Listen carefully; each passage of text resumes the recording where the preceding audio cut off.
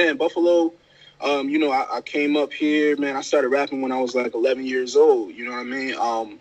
And at that time, there were rappers from here like Hoochie Cracker, and you had Cream. Some dudes who around the city they used to do their thing. It was a lot of different cats, man. But coming up in the scene, as I got a little older, you know what I'm saying? I was doing different shows, and I was hosting my own ciphers here in the town, and that was really how I got my buzz together and started getting more familiar with some of the different rappers here in the area, and then even with like my man, rest in peace, my man Weeze. He would bring me around on like different or in different areas of the city to like battle different cats who I didn't know. You know what I'm saying? Like over around his way. You know what I mean? We was all on the east side, but the east side is kind of big. So, you might be from this side, or you might be from off of Bailey. You might be from over on Ferry or whatever. And it was always just like a big thing. Like people would always battle and, yo, my man is better than this dude and this dude is better than this dude. So that was really how I got my start for real and started getting my name buzzing in like my teens. You know what I mean? And then from there, um, it was really just staying consistent. Like me and my homies, we went by first class. We still got the same group, you know what I mean? Still the same people and all that. We just haven't been moving with like putting out music as a group. But me and my homie Billy Esco, we put out a mixtape. It was called Highly Anticipated. And then from there, I put out my first mixtape. It was called Whack Women, Alcohol, Cash, and Kicks. And putting that really helped me like solidified myself as like one of the artists to watch for like here in the town, you know what I mean? And that was in 2010.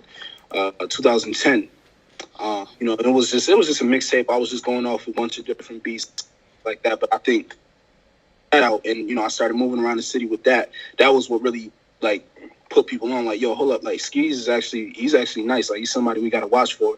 And so there weren't like really a lot of opportunities to do shows and things like that here in the town. So when something did come up, whether it might have been something that was at Broadway Joe's, which is closed now, or Sound Lab, which is closed now, anytime I could open up for an artist, like I was always with it. I was always making sure I was making connections. And I was always making sure also that no matter what, I was always striving to create a separation between me and all the other artists in town. Like it's mad artists here that I rock with still to this day that I think is like super dope, and they need the recognition that some of the other artists from here are getting, myself included.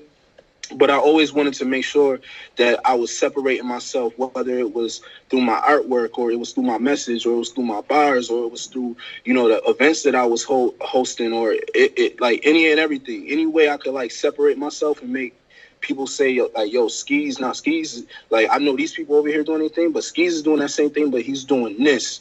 You know what I mean? And that was, I think, one of the things that helped again, just create that separation and make people aware of what was going on. So like, and I know you said you wanted to see how the connections were built. Even with like Conway, right? Like me and Conway, we didn't grow up knowing each other. Conway is older than me too. You know what I'm saying? And where he grew up at is 10 minutes away from me. Like not even, maybe about 5 minutes. But we didn't know of each other because Con was, living the life that he was living, and I was living the life that I was living. But again, just going back to, some of the things that I was doing just here in the city, it was like I was just building like a crazy buzz for a long time. And I worked at like this sneaker spot. So, everybody would come in there, they would see me. I'm giving out my music there. I'm moving around. I'm talking to people and things like that. And one of his real close homies would always come through the sneaker store, and I got like familiar with him, and they were all tied in with like Buff City and everything. But, I would always see him at the sneaker spot. I would always help him out, get his kicks, whatever. And, Khan, I think, caught wind of who I was from that. A few years later, I ended up opening up for him for a show that he did here in the town. This was in 2016. So this was like Reject 2, like Goat, I think Goat might have been out. It was like Reject 2 around that time, like when all those was coming out. And I think The Cow was out because Hitler 4 was out.